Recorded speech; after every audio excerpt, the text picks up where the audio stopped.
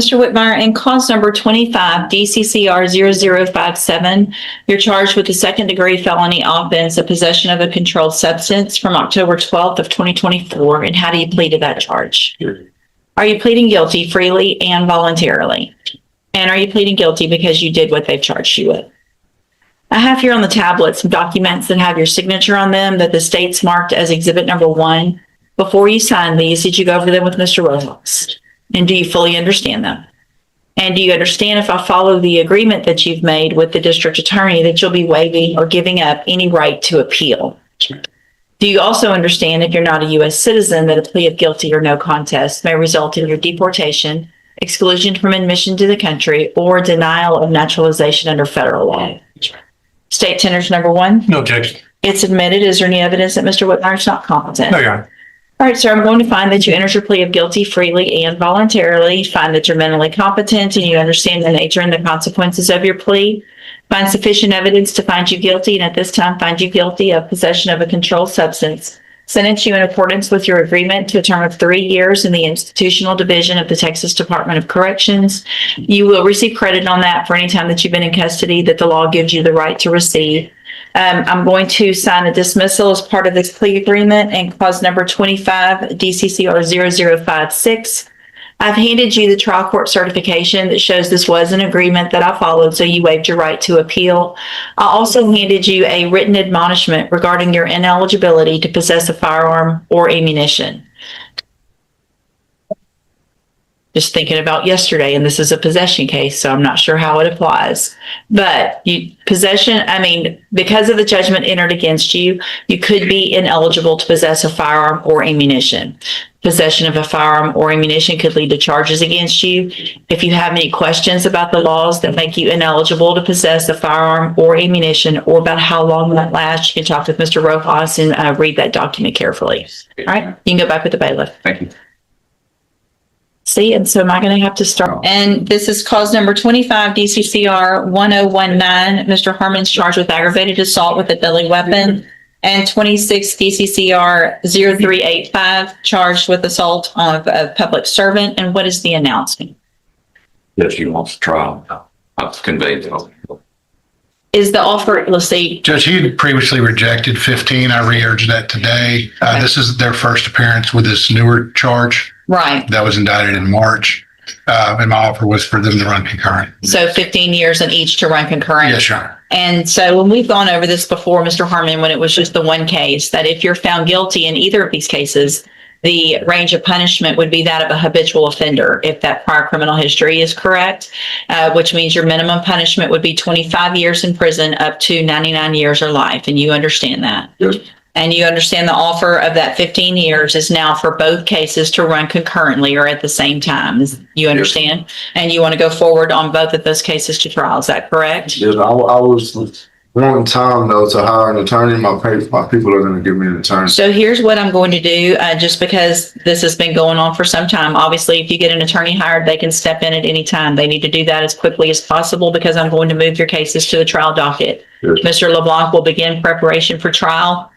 And if they get someone hired, they'll substitute in. Otherwise, he will go ahead and be prepared when that trial date comes up. Okay. Okay. All right. And Judge, also that second case, I believe it could be they try that and then you could turn around and try the next one as well. Yes, Judge. We'll be seeking to stag. So, Mr. Harmon, also, and I know you've gone over that with him as well, Mr. LeBlanc, that if you're found guilty in both of the cases, because those are different offense dates, that the cases could be stacked or run consecutively.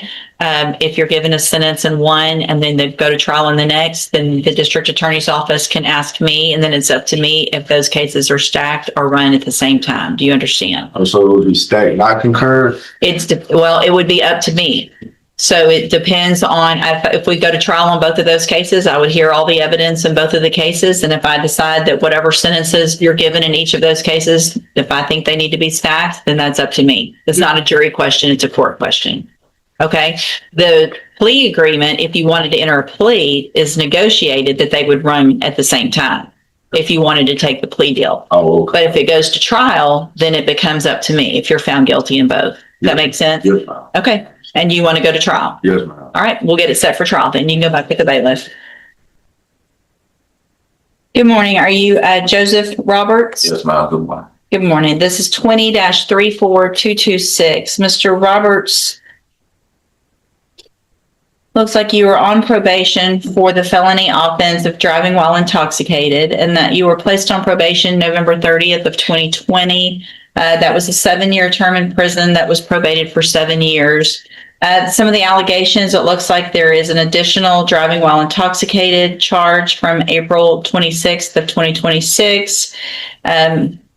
Curfew issue, operating a vehicle without an ignition interlock device, and then some minor fees. Mr. Nix has filed a motion asking that I set bond in your cases. Currently, there is no bond. He's also handed me, it looks like there was a 30-day treatment at Level Up Treatment, Texas, that you went to April 26th through May 29th of this year. Mr. Roberts, best you can, raise your right hand, please, sir. Do you swear or affirm the testimony you're going to give in this hearing will be the truth, the whole truth, and nothing but the truth? Yes, ma'am.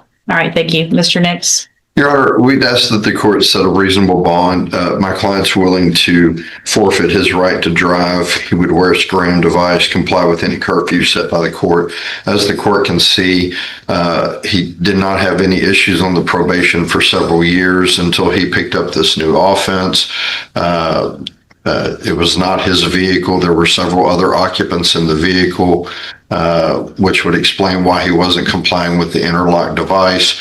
He obviously knows that he made a pretty terrible mistake. And if the court will acknowledge, just 3 days after his arrest, he voluntarily did a month of inpatient rehabilitation. Also, I'd like the court to take knowledge of, and although I didn't put it in my motion, I think we've made the court aware with the district attorney. His daughter was brutally murdered about 10 days ago now, somewhere around there. 2 weeks. About 2 weeks ago. Her daughter's, his daughter's funeral is this Saturday. She was the victim of one of our homicides here in Beaumont out of a domestic violence situation with what appears to be a boyfriend or ex-boyfriend. He'd like to, be obviously on bail so that he can attend his daughter's funeral. He would adhere to any recommendations, anything that the court requires of him of his bond. He's also just been accepted into an IOP program where he will be doing counseling therapy for alcohol, substance abuse. As part of that program, they do random alcohol and drug tests. This is something that his insurance offered him after finding out about his daughter. So not exactly related to the DWI, but it's related to finding out that his daughter was murdered and the way she was murdered. He's taking advantage of that. Obviously, he doesn't want to have an episode where he falls off given what his family's going through.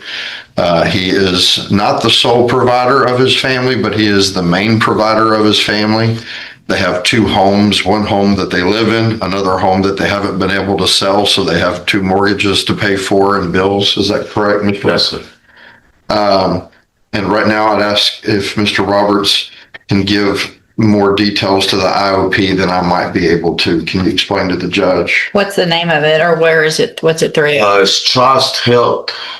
Trust. Trust. Trust. Yes, ma'am. We do 3-hour sessions, 3 days a week. Is it on? That's a group. Is it I online? do it virtual. I do virtual. Yes, ma'am.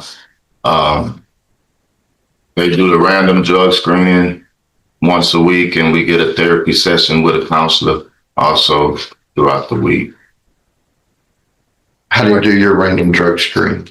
They send an Uber and bring me to Quest on 9th Avenue.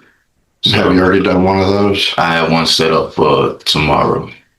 Okay. Yeah. Where do you work? There you go. With Bethel, Environmental Safety and Health Representative with Bethel.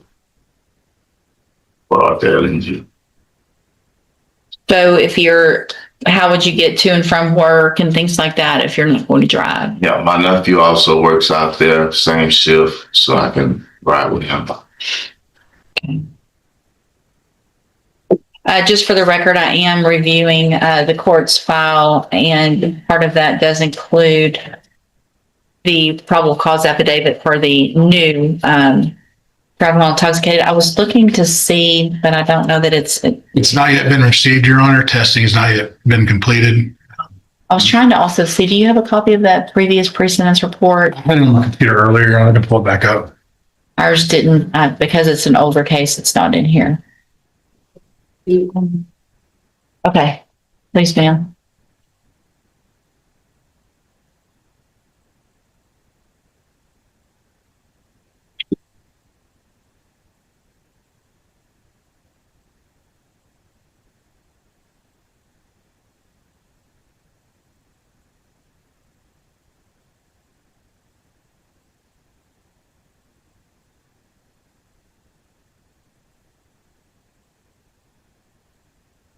I guess an issue that I have that we're going to have to talk about. So Mr. Roberts signed a no driving agreement with probation March 19th.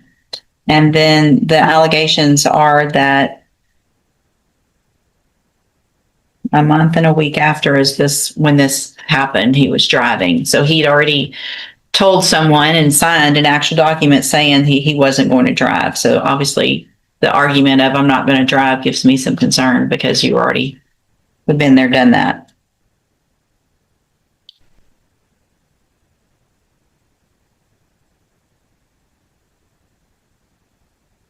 How many set of keys do you own? Many. Not to your car, I have one, my wife have one. for the same car? Yes, sir. We'd be willing to turn over both sets of keys. Wasn't driving his car on this date. Fair enough, Judge. So I'm not saying I'm not going to set it a bond, but these are the concerns that obviously there was something going on that I'm not quite sure about, but obviously there was something going on for there to be a no motor vehicle drive form Yes, ma'am. signed a month before. So there were some concerns already. I have the previous PSI. from- Sounds like it's coming as well over here. Thank you, Mr. Nichols.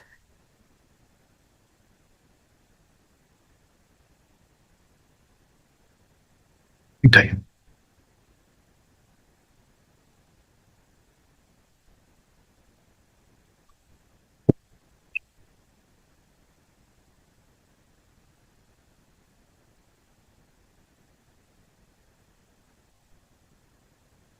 Mr. Nichols, what's your position? Judge, I'd reviewed Ms. Molfino's email correspondence with the court and with Mr. Nix talking about her position on this case. We are not opposed to a reasonable bond being set. Obviously, we have concerns, same as the court, with the driving. I believe a scram will take care of any concerns about substance abuse, but there's just not an easy way to be completely certain about the driving. Given the circumstances, given his willingness to do what he's already done and what he's going through, that's why the state does agree for a reasonable bond in this case, Your Honor. Okay. Okay, so Mr. Roberts,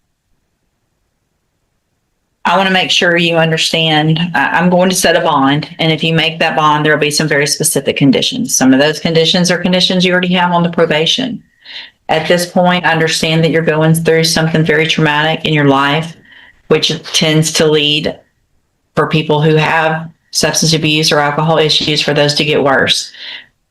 If you don't take advantage of this opportunity while you're out on bond, I can assure you, you're not going to get any opportunity. You're going to be back in jail, and you're going to be looking at going to prison for the 7 years that you've already agreed to on that underlying case, and who knows what on the other.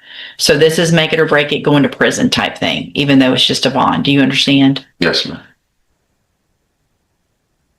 So what I'm going to do is grant the motion to set a bond in cause number 20-34226. I'm going to set the bond at $25,000.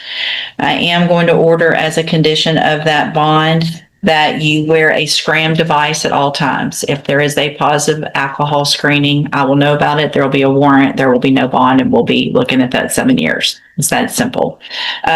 Also, as a condition of that bond, you are not to drive any vehicle ever, period, under any circumstance. If you're with people and they're drinking, then you're not the one that drives. Y'all walk, y'all get an Uber, you do something else. You understand? Also, I am going to order as a condition of your bond that you, and really I want it to be a condition of probation as well, to modify your conditions of the probation you're currently on, to order that you can continue that program, the IOP, through Trust Health. I want proof of that, verification of that, since your probation officer each week or whatever you can do. If it's online, you should be able to print something out to send to them to show that you're doing the 3-hour meetings, as well as any drug or alcohol screen that you get done. You need to get those results also to your probation officer. Okay. So that'll be a condition of bond as well as your probation. Any other conditions that I didn't cover? Those are the ones that I was concerned about. I think that'll cover it. Okay. All right. So what we'll do, if you make that bond, you'll have another court date set. Stay in touch with Mr. Nix. He'll let you know when you need to be back here and in court. And again, whatever you need to take care of to keep yourself doing the right thing, going through what you're going through, you need to make sure and get that done, because being in prison won't help the rest of your family. Okay. All right. Thank you, Judge. Yes, sir. I'll shoot a message over. Thank you. I appreciate it. Notice the judge's tone here. This isn't simply a warning, it's a roadmap. The court is saying, follow every condition exactly, and you stay free while your case continues. Break even one major condition, and you could lose your bond and face years in prison. It's a second chance, but one with almost zero margin for error. What do you think? Is the judge being fair, or are these conditions too strict given everything Mr. Roberts is going through? Let me know in the comments.